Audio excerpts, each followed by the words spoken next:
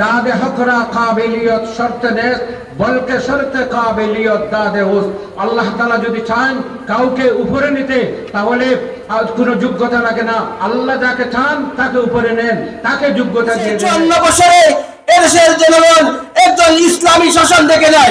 আসন্ন জাতীয় সংসদ নির্বাচনে সিলেট ৬ বিয়ানীবাজার গোলাপগঞ্জ আসনে উলামায়ে শায়েখ দিনদার বুদ্ধিজীবী ও সাধারণ জনগণের সমর্থিত খেলাফত মজলিসের মনোনীত সংসদ সদস্য পদপ্রার্থী মাওলানা সাদিকুর রহমানের সমর্থনে এক জনসভা অনুষ্ঠিত।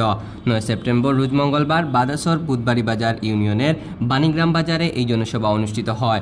অনুষ্ঠানের শুরুতে সুমধুর কণ্ঠে তিলাওয়াত করেন জুনেদ আহমদ।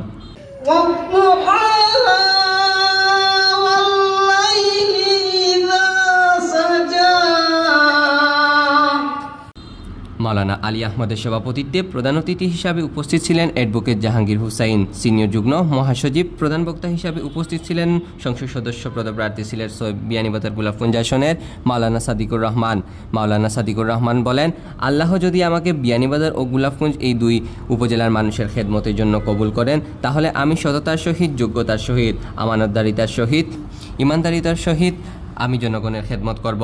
যদি আল্লাহ রাব্বুল আলামিন আমাকে গোলাপগঞ্জ বিয়ানীবাসীর জন্য খেদমতের জন্য সেবা করার জন্য যদি আল্লাহ তাআলা কবুল করেন, আল্লাহ যদি আমাকে তৌফিক দান করেন, তাহলে ইনশাআল্লাহ তাআলা সততার সহিত, যোগ্যতার সহিত, আমানতদারিতার সহিত, আমি ইমানদারিতার সহিত আমি জনগণের খেদমত করার চেষ্টা করব ইনশাআল্লাহ তাআলা। এখনো আমি আপনাদেরকে সাক্ষী রেখে বলছি, যদি আল্লাহ রাব্বুল আলামিন আমাকে কবুল করে নেন, তাহলে ইনশাআল্লাহ তাআলা যেটা নাকি আমি প্রথম দিন বলেছিলাম, আগামীতেও ইনশাআল্লাহ বলবো, আজকে বলছি, যদি আল্লাহ কবুল করে নেন, আল্লাহ চাইলে দাদে হকরা কাবিলিয়ত শর্ত নে বলকে শর্তে কাবিলিয়ত দাদে হুস আল্লাহ তাআলা যদি চান কাউকে উপরে নিতে তাহলে কোনো যোগ্যতা লাগে না। আল্লাহ যাকে চান তাকে উপরে নেন, তাকে যোগ্যতা দিয়ে দেন।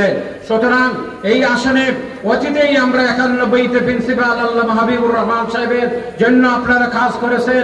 হাবিবুর রহমান সাহেব অনেক ভোট পেয়েছেন, কিন্তু তিনি আপনাদের ভোটটা কাজে লেগেছে।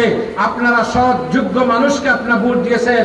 কাল কিয়ামতের দিন আল্লাহ রাব্বুল আলামিন যদি আপনাদেরকে জিজ্ঞাসা করেন, 96 প্রিন্সিপাল এসেছিলেন ইসলামের দাওয়াত নিয়ে, তোমরা কেন বিমুখ ছিলে? আপনারা যারা প্রিন্সিপাল হাবিবুর রহমান সাহেবের পক্ষে ছিলেন, ওই যে আপনারা আমানতটা সঠিক বাক্সে আপনারা প্রয়োগ করেছেন, সেই প্রয়োগের কারণে কিয়ামতের দিন নাজাত পেয়ে যেতে পারেন।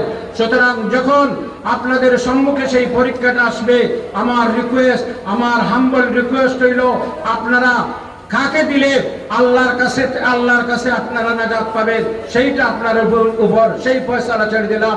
যেখানে থাকি, যে অবস্থা থাকি, আল্লাহ তাআলা যেন আমাকে দ্বীনের জন্য, ইসলামের জন্য, আল্লাহর দ্বীনকে গালিব করার জন্য, বিজয় করার জন্য যেন আমি নিয়োজিত থাকতে পারি, সেই দোয়াটা আপনাদের কাছে আমি চাচ্ছি। বিশেষ অতিথি হিসাবে উপস্থিত ছিলেন কেন্দ্রীয় উলামা বিষয়ক সম্পাদক মুফতি আলী হাসান উসামা।